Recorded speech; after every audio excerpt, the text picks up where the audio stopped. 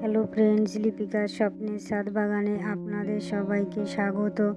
বন্ধুরা, আজকে আমি আপনাদের সামনে তুলে ধরব গাঁদা ফুল গাছের কাটিং থেকে কি করে চারা তৈরি করতে হয় এবং ওই চারা কোন মাটিতে প্রতিস্থাপন করব, তাহলে প্রচুর পরিমাণে আমার ফুল পাবো। আসুন আমি আজকে কিছু তার সঙ্গে হারভেস্টিংও করব, আপনারা সঙ্গে থাকুন।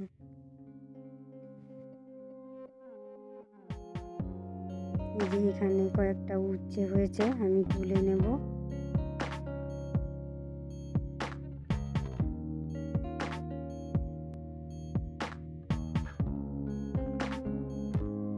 গাছে কয়েকটা বেগুনও হয়েছে। বন্ধুরা, এই বেগুন গাছে দ্বিগুণ ফলন পেতে আমি কোন খাবার ব্যবহার করেছি ডেসক্রিপশন বক্সে লিংক দেওয়া থাকবে, আপনারা দেখে নিতে পারেন। দেখুন কত বেগুন হয়েছে খাবারটা দেওয়ার পরে।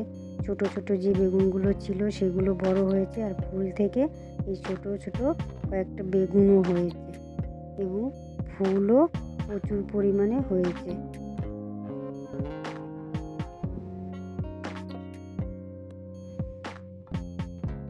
এইভাবে আপনারা খাবার দেবেন, দেখবেন আপনারা প্রচুর সবজি পাবেন।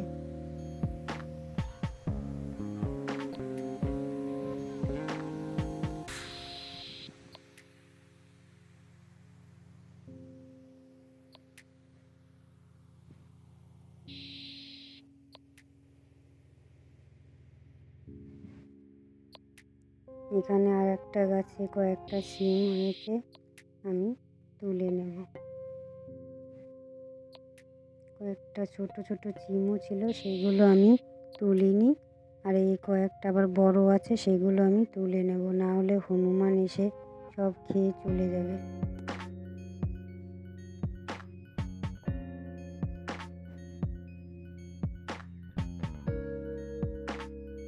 আজকে এইটুকুই তুললাম সবজি। আর এই দেখুন বন্ধুরা, এই যে আমি বস্তা ভর্তি মাটি তৈরি করে রেখেছি, 4-5 বস্তা। যে গোবর সারটা এনেছিলাম আগের ভিডিওতে আমি দেখিয়েছি, সেই গোবর সার দিয়েই আমি মাটি প্রস্তুত করে নিয়েছি। ওই মাটিতেই আমি এই গাঁদা ফুল গাছ প্রতিস্থাপন করব। আর এই যে গাঁদা ফুল গাছের ডাল থেকেই আমি এই চারাগুলো তৈরি করেছি। আর কিভাবে তৈরি করেছি আপনাদের দেখাবো। এই দেখুন বন্ধুরা, এই হাঁড়িটার মধ্যে আমি বালি দিয়ে ডাল কাটিংগুলো ওর মধ্যে বসিয়েছিলাম। এবার ওই চারাগুলো, ওই ডাল থেকেই আবার ওই যে চারাগুলো হয়েছে, দেখুন কত শিকড় হয়েছে। আমি প্রত্যেকটা চারা এবার তুলে নিচ্ছি।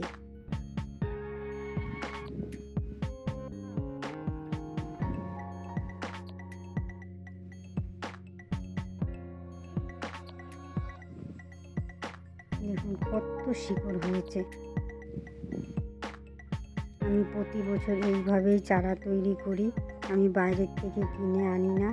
আমি ডাল কাটিং থেকেই চারা তৈরি করে রাখি। এগুলো আমার গত বছরের মাদার গাছের ডালই। আমি প্রত্যেক বছর ওই ডালগুলো কেটে চারা তৈরি করি। আর ওই চারাই যখন আবার একটু বড় হয় আমি একটা জায়গায় বসিয়ে দিই। তখন তো আর ফুল হয় না গরমের সময়, তখন ওই ডাল থেকে আবার আমি পরপর করে চারা তৈরি করে নিই।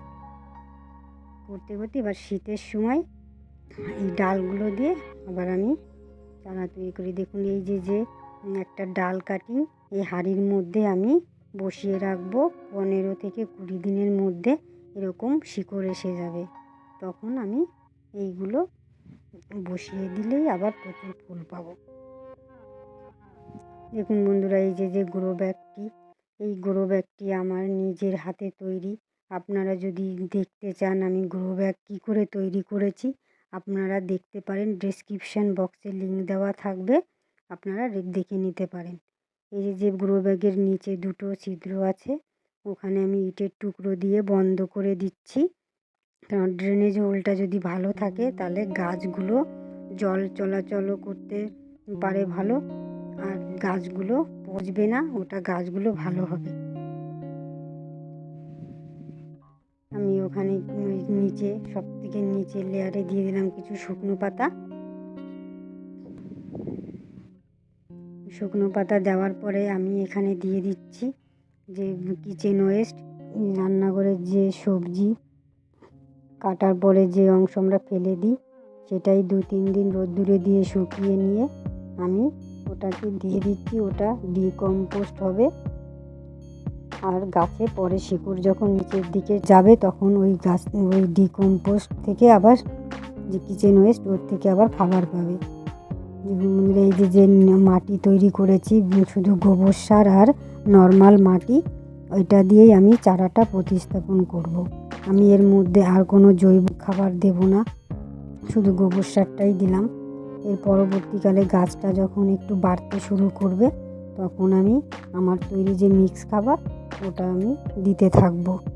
মাসে 1বার কি 2বার আমি দিতে থাকবো আর খোল পচা জলটা দিতে থাকবো। মাটিটা ভালো করে চেপে চেপে বসিয়ে দিয়েছি। এবার আমি গাছটা প্রতিস্থাপন করব।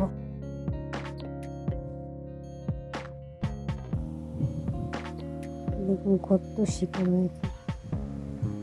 আর এই গাছটা যখন কিছুটা বড় হবে তখন আমি পিঞ্চিং করে দেব বা মাথাটা একটু কেটে দেব। কেটে দিলে গাছটা ঝাঁকড়াও হবে আর প্রচুর পরিমাণে শাখা হবে আর ফুলও পাওয়া যাবে। আমি এরকম করেই আমার ছাদ বাগানের প্রত্যেকটা গাছ আমি পিঞ্চিং করে দিই আর ঝাঁকড়া হয়, আমার প্রতিটা গাছ ঝাঁকড়া হয়।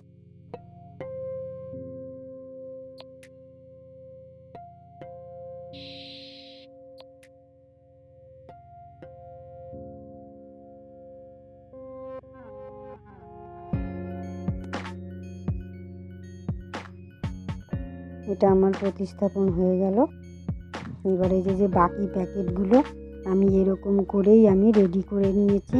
আপনাদের ওটা সামনে দেখালাম না কারণ অনেকটা সময়ও লাগবে।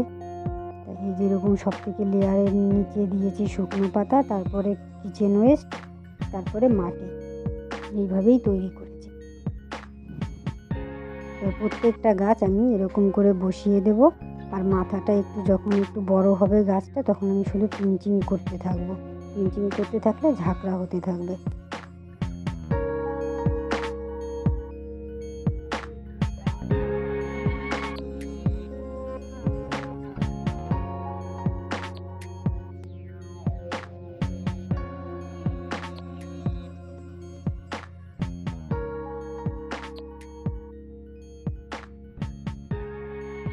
হয়ে গেছে বন্ধুরা আমার এই গাছ বসানোটা। আর এটা আমি একটা ছায়াযুক্ত স্থানে রেখে দেব আর ভরপুর মাত্রায় জল দিয়ে দেব।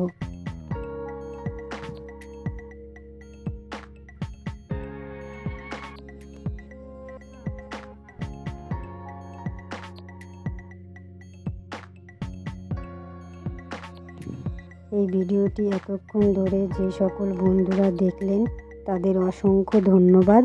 আর এই ভিডিওটি যদি আপনাদের ভালো লাগে তাহলে লাইক, কমেন্ট, শেয়ার করবেন। আর এরকম নতুন নতুন ভিডিও পাওয়ার জন্য আপনারা এক্ষুনি সাবস্ক্রাইব করুন।